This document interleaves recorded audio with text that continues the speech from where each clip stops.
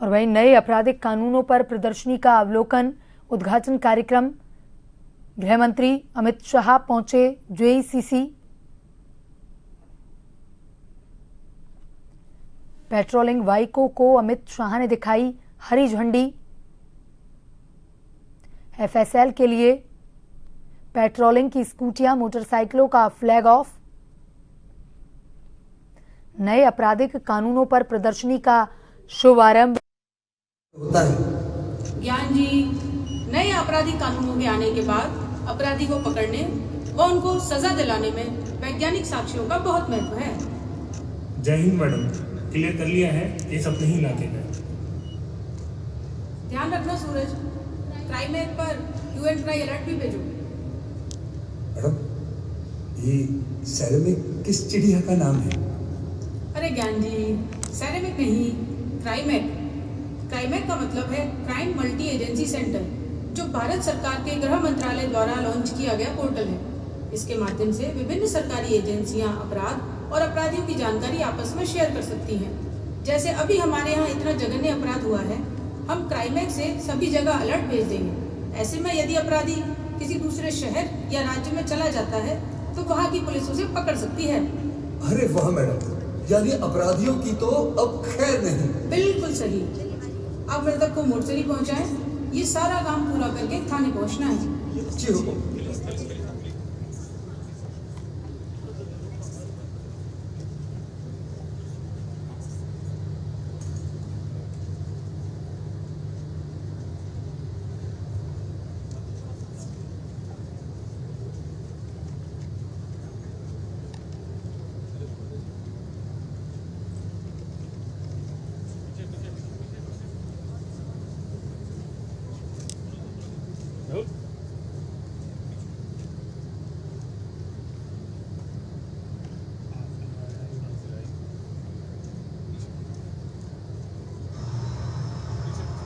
Crime scene से जब्तशुदा माल की ई मालखाना पर एंट्री करो।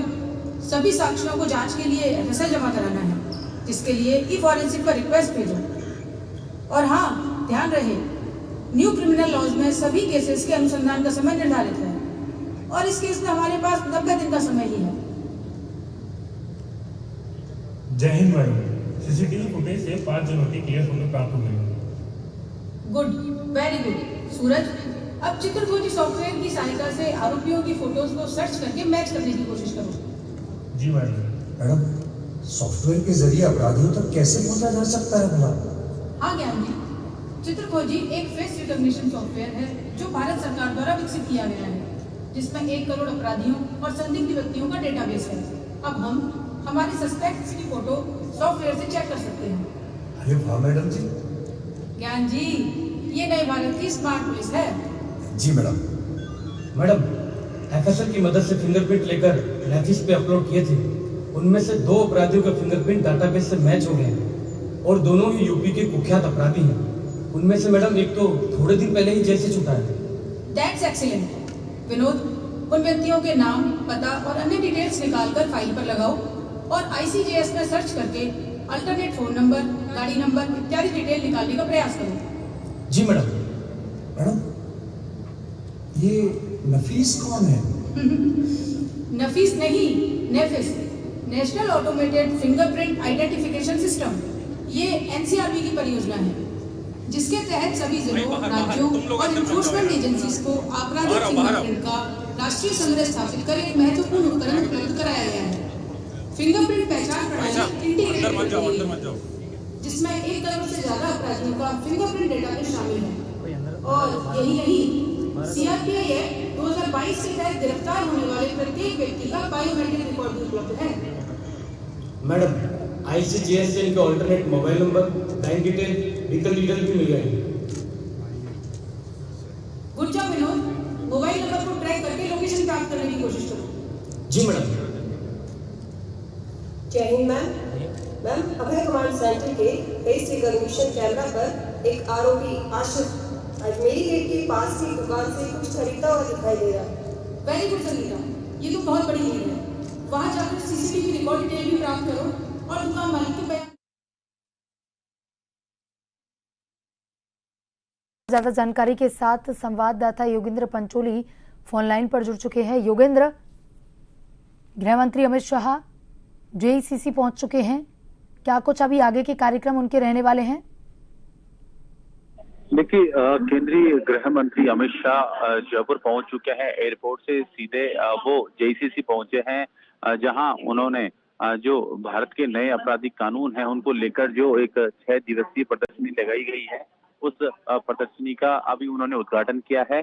और इस प्रदर्शनी में अलग अलग प्रकार से किस तरीके से एक एफआईआर शिकायत से लेकर एफआईआर दर्ज होने और यहाँ तक कि जो पूरा मामला हाईकोर्ट तक जाता है, पूरा प्रोसीजर कैसे होता है, एक कानून कैसे व्यक्ति को न्याय दिलाता है, उन सबको लेकर यहाँ एक डेमोन्स्ट्रेशन रखा गया है। जो अभी फिलहाल जो अमित शाह हैं वो उनको ये पूरा एक डेमो दिखाया जा रहा है कि ये जो 3 नए कानून हैं वो जो किस तरीके से राहत दे रहे हैं। और एक क्योंकि इनका जो आपराधिक कानून है उनका पूरा 1 साल भी कंप्लीट हुआ है, तो ऐसे में क्या कितना बदलाव हुआ है, क्योंकि ये जो कानून थे अंग्रेजों के जमाने के थे जिन्हें 1 साल पहले बदल दिया गया था, अब ये केवल भारतीय कानून के दायरे में है। तो ऐसे में जो अमित शाह हैं वो इनका अवलोकन कर रहे हैं। और यहाँ अगर बात करें तो अभी लगातार वो इसमें डेमोन्स्ट्रेशन उनको दिखाया जा रहा है।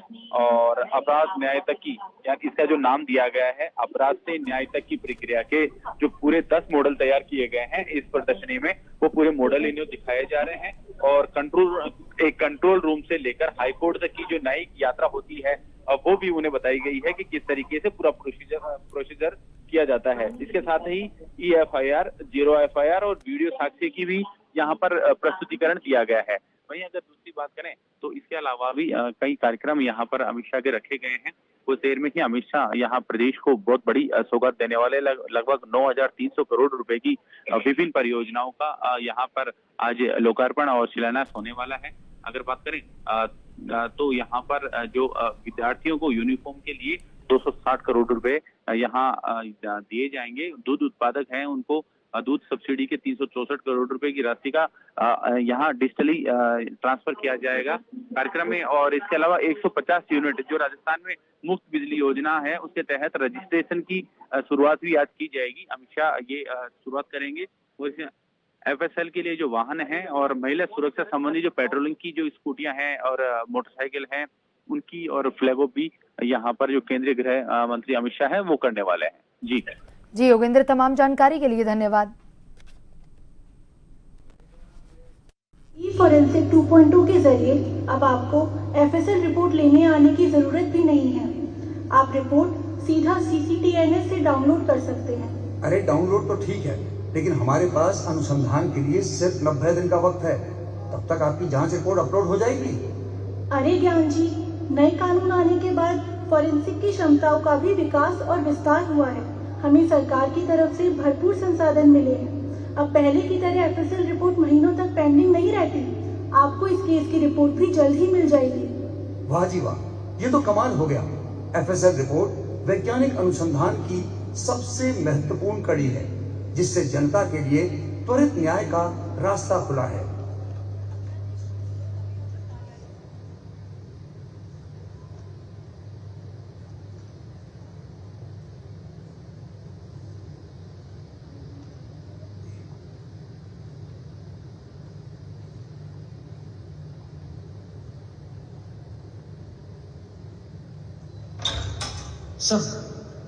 सर मानक चौक थाना सू ASI ज्ञान सिंह मिलवा आयो है।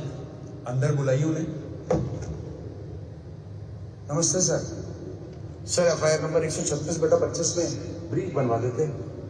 अरे ज्ञान सिंह जी, आपने यहाँ आकर बेकार ही अपना समय खराब किया। आपकी SHO मीरा जी ने केस की सारी पत्रावली ऑनलाइन माध्यम से भेजकर ब्रीफ बनवाने के लिए पहले ही आवेदन भेज दिया है, जिस पर चार्जशीट चेक कर मैं अपना ओपिनियन प्रोसिक्यूशन के माध्यम से जल्दी अपलोड कर दूंगा। फिर आप उसको थाने पर ही चेक कर सकते हैं। अरे वाह सर, ये तो बहुत ही बढ़िया और सरल हो गया है। अब तो काफी समय बचेगा। चलिए, धन्यवाद सर। सर मेरो एक कंफ्यूजन है। हाँ बताओ क्या? सर यो पूरो अनुसंधान एक CCTV फुटेज पर आधारित है। ट्रायल में सक्सेसफुली कहीं सी एडमिसिबल है वो। देखो, DVR से जो CCTV फुटेज ली गई है उस फुटेज की हैश वैल्यू निकाली जाती है तथा भारतीय साक्ष्य अधिनियम की धारा 63(4) का सर्टिफिकेट उसके साथ जारी होता है, जिससे साक्ष्यों की एडमिसिबिलिटी बनी रहती है। जी सर। क्या मैं अंदर आ सकती हूँ सर? हाँ त्रिशा बेटा, आओ बैठो। अजी वकील साहब, मैं तो सारा का सारा ही बर्बाद होगा। मारो तो पूरो परिवार ही उजड़ गो। मारी छोरी तो हाल तक भी डरब रही है।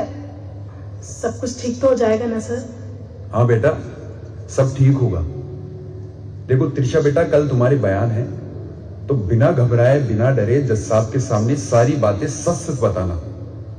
बेटा, मैंने जिला विधिक प्राधिकरण में पीड़ित प्रतिकर योजना के तहत आपको आर्थिक सहायता प्रदान करने के लिए प्रार्थना पत्र लगा दिया है। देखो त्रिशा बेटा, नए कानूनों के लागू होने के बाद पूरी व्यवस्था विक्टिम सेंट्रिक हो गई है, इसलिए व्यवस्था पर भरोसा रखो। Thank you sir.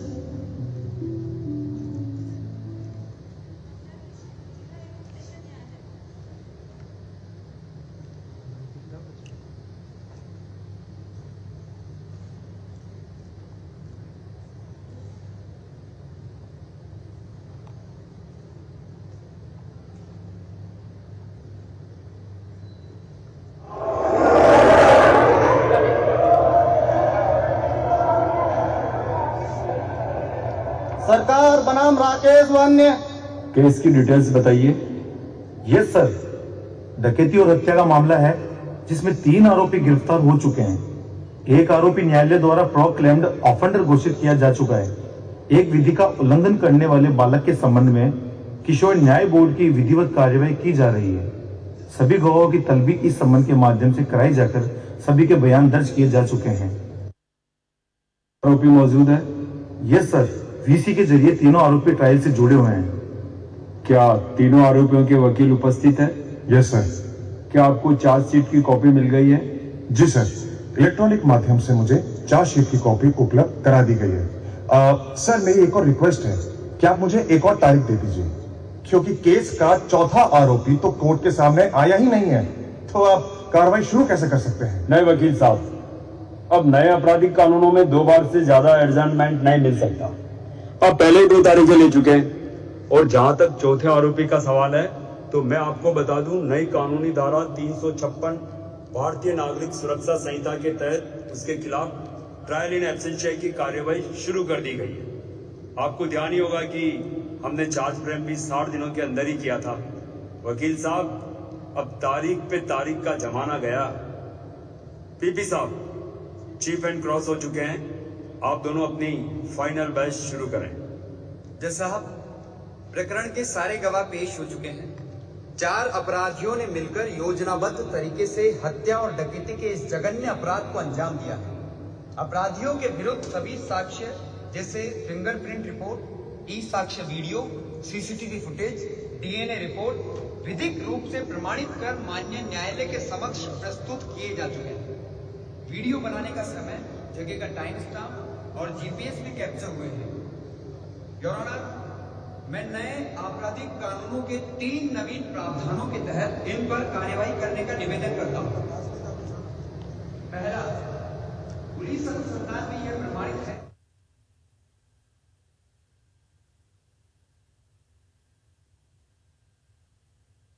की धारा 111 के तहत इन पर कार्यवाही किए जाने का निवेदन करता हूं। दूसरा, इस गिरोह ने अपराध करने के लिए एक बालक को भी नियुक्त किया है, इसलिए भारतीय न्याय संहिता की धारा 95 के तहत भी इन पर कार्यवाही की जाए। तीसरा, इस घटना में एक व्यक्ति की मृत्यु के साथ एक महिला सरिता देवी वेजिटेटिव स्टेट में है, इसलिए भारतीय न्याय संहिता की धारा 117(3) के तहत भी इन पर कार्यवाही की जाए और इन्हें कड़ी से कड़ी सजा दी जाए। जज साहब, ये पूरा परिवार इस अपराध से तबाह हो गया है, इसीलिए मेरा माननीय न्यायालय से निवेदन है कि इन कुख्यात अपराधियों को विभिन्न धाराओं में मिलने वाली सजा को नए कानूनों के प्रावधानों के तहत समवर्ती ना करके क्रमवर्ती यानी कि कॉन्सिक्यूटिव किया जाए, ताकि अन्य अपराधियों के लिए ये एक नजीर बने। सर, मेरे क्लाइंट को पुलिस द्वारा झूठा फंसाया गया है। केस में एक भी स्वतंत्र गवाह नहीं है, सारे गवाह तो पुलिस वाले ही हैं। पीपी साहब, आप कुछ कहना चाहेंगे इस बारे में? जज साहब, मेरे काबिल दोस्त शायद नए आपराधिक कानून पढ़कर नहीं आए हैं। सारे सबूत साइंटिफिक है, वह एक्सपर्ट एविडेंस से सपोर्टेड है, इसीलिए इनकी सभी दलीलें बेबुनियाद हैं। इस केस में सारे सबूतों व गवाहों को एग्जामिन कर लिया गया है और साइंटिफिक एविडेंस, एफएसएल रिपोर्ट्स और ई साक्ष्य वीडियोग्राफी से आरोपी राहुल, राकेश, आसिफ के विरुद्ध धारा 103(1), 111, 117(3), 95, 310, 109 भारतीय न्याय संहिता तथा 4/25 आर्म्स एक्ट के अंतर्गत अपराध में दोष सिद्ध पाए जाने पर उम्र कैद की सजा सुनाई जाती है। उद्घोषित अपराधी विजय पूरी प्रक्रिया में उपस्थित नहीं हुआ। नए प्रावधानों के अनुसार आरोपी विजय को भारतीय नागरिक सुरक्षा संहिता की धारा 356 के तहत ट्रायल इन एब्सेंशिया में दोषी करार देते हुए उम्र कैद की सजा सुनाई जाती है। दंड आदेश की कॉपी तुरंत अपलोड की जाए। धारा 107 के अंतर्गत एसएचओ माणक चौक की ओर से अभियुक्त राकेश की संपत्ति की कुर्की के प्रार्थना पत्र को निस्तारित करते हुए कुर्की आदेश जारी किए जाते हैं। आगे अपील करेंगे।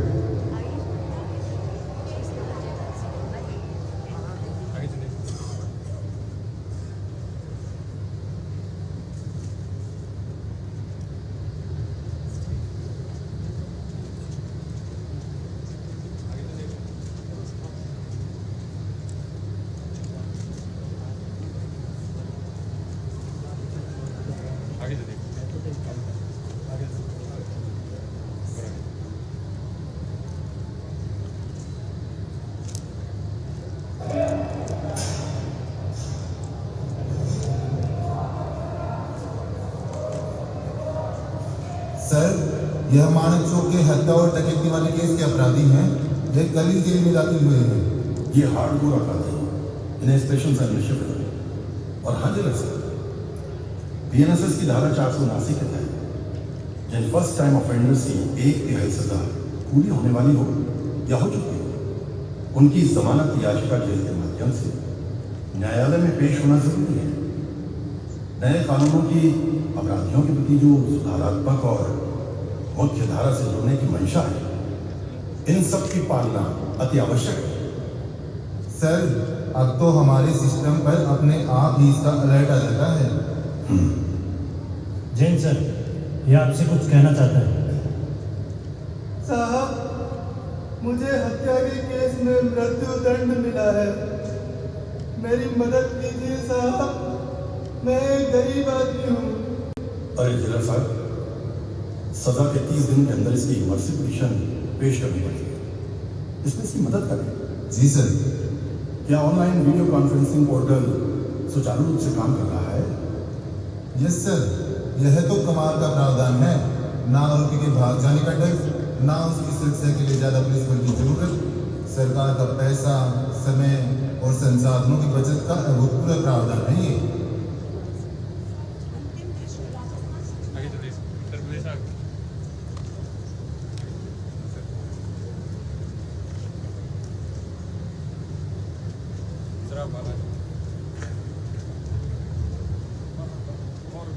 और आगे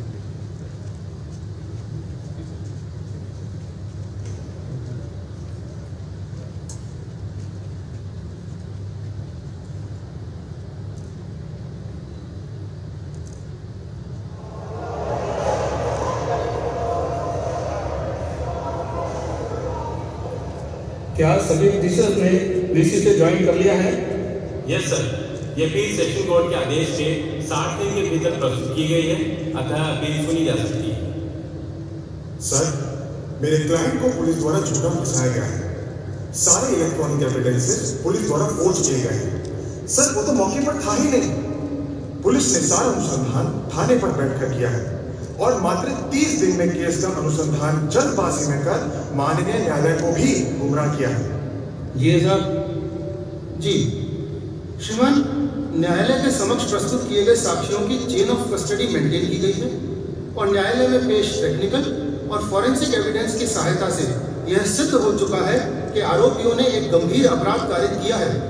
अतः मेरा माननीय न्यायालय से निवेदन है कि सेशन कोर्ट द्वारा दी गई सजा को यथावत रखा जाए। सर पुलिस और प्रोसिक्यूशन अपनी नाकाबिलियत को छुपाने के लिए नए कानूनों का सहारा ले रहा है। इन्होंने चालान पेश करने में बहुत जल्दबाजी की है, जिससे मेरे क्लाइंट के साथ में नाइंसाफी हुई है।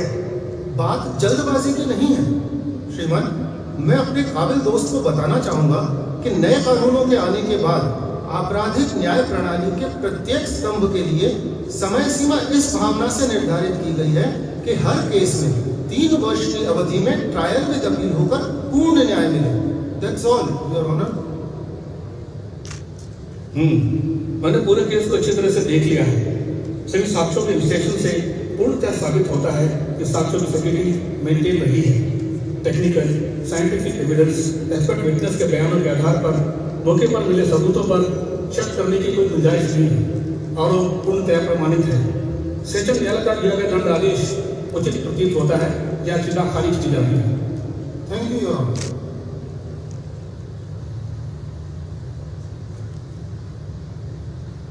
मीरा मैम, आपका बहुत बहुत धन्यवाद। आपने इतने कठिन समय में हमारा साथ दिया। ऑनेस्टली मुझे तो बस यही लगता था कि पुलिस कोर्ट कचहरी सिर्फ चक्कर ही कटवाते हैं, लेकिन आपने हमें त्वरित न्याय दिलवाया है। थैंक यू त्रिशा, लेकिन ये हमारी ड्यूटी थी। नए कानूनों ने पूरे क्रिमिनल जस्टिस सिस्टम को ही सशक्त किया है, इसी कारण ये सब संभव हो पाया। तुम अपनी माँ का ध्यान रखना और पढ़ाई में मन लगाना। जी मैम, मैं पूरा ध्यान रखूंगी। और अब तो मैंने तय भी कर लिया है कि मैं बड़ी होकर आप जैसी पुलिस ऑफिसर बनूंगी और पीड़ितों को न्याय दिलाऊंगी। Thank you Meera ma'am. वाकई मैडम, इस केस में उस बच्ची को न्याय दिलाकर आत्मसंतुष्टि का अनुभव हुआ है। और अब तो मैंने भी तय कर लिया है कि मैं भी आईवॉन कर्मयोगी से नए कानूनों का प्रशिक्षण लेकर नए कानूनों के प्रावधानों में एक्सपर्ट हो जाऊंगा। बहुत अच्छा ज्ञान जी। इस केस से साबित हो गया है कि नए कानूनों का नया दौर दंड से न्याय की ओर। नए कानूनों का नया दौर दंड से न्याय की ओर।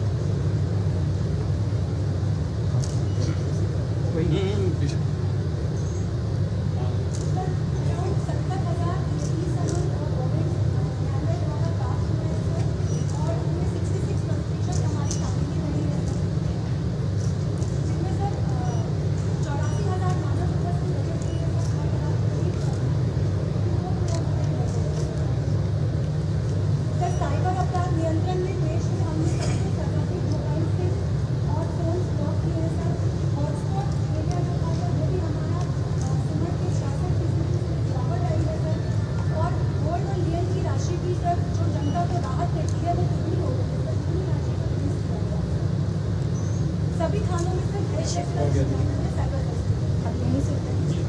कुछ हमारी सक्सेस स्टोरी है सर, जैसे नए अपराधी कानूनों के डाटा है कस्टडी से भी हमने 17 सीसी लिया और उससे हमने फुल रिकवरी सर्विस उसमें नया मिला सर। ये थाना जीआरपी स्टिकर का अभ्यास मदद कर रहा है, फिंगरप्रिंट एनालिसिस के द्वारा करा हुआ है सर। ये 15 दिनों में ही इस युवती के साथ साथ मारपीट, छेड़छाड़ और मोबाइल लूट का प्रकरण है सर, जिसमें 15 दिनों में ही चार्जशीट पेश की गई और सर डिजिटल साक्ष्यों के संकलन किया गया और इसमें 5 वर्ष की कठोर कारावास की सर। इसी तरह एक नाबालिग के साथ बलात्कार का प्रकरण है सर, इसमें एफएसएल द्वारा घटना का शिथिल किया गया था और साक्ष्य संकलन करके डीएनए एनालिसिस की मदद से सर 20 वर्ष की कठोर कारावास सर। ये कुछ हमारे प्रावधान है सर, जो नए कानूनों में प्रावधान है उनको जनता की जागरूकता के लिए इस प्रदर्शनी में लगाया गया है सर।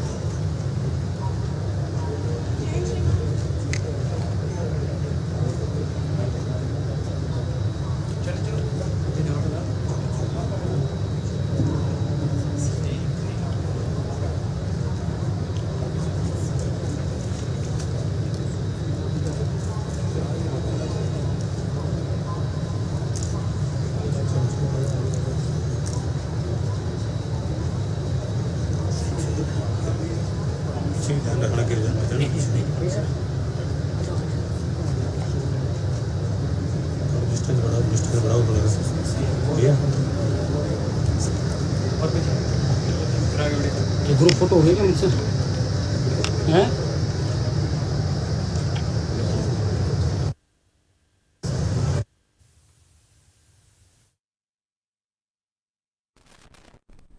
नए आपराधिक कानूनों पर प्रदर्शनी का शुभारंभ कार्यक्रम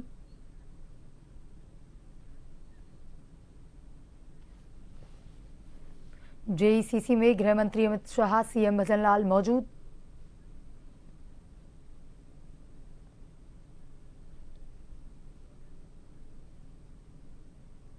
गृह मंत्री अमित शाह ने प्रदर्शनी का अवलोकन किया,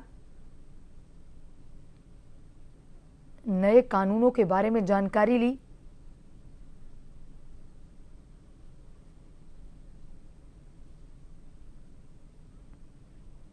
एफआईआर से लेकर के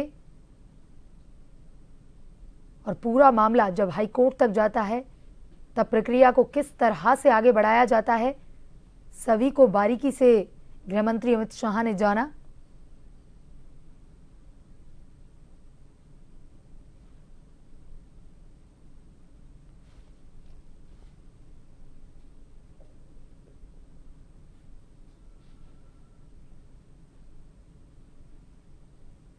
गृह मंत्री अमित शाह के साथ ही सीएम भजनलाल शर्मा भी कार्यक्रम में मौजूद हैं।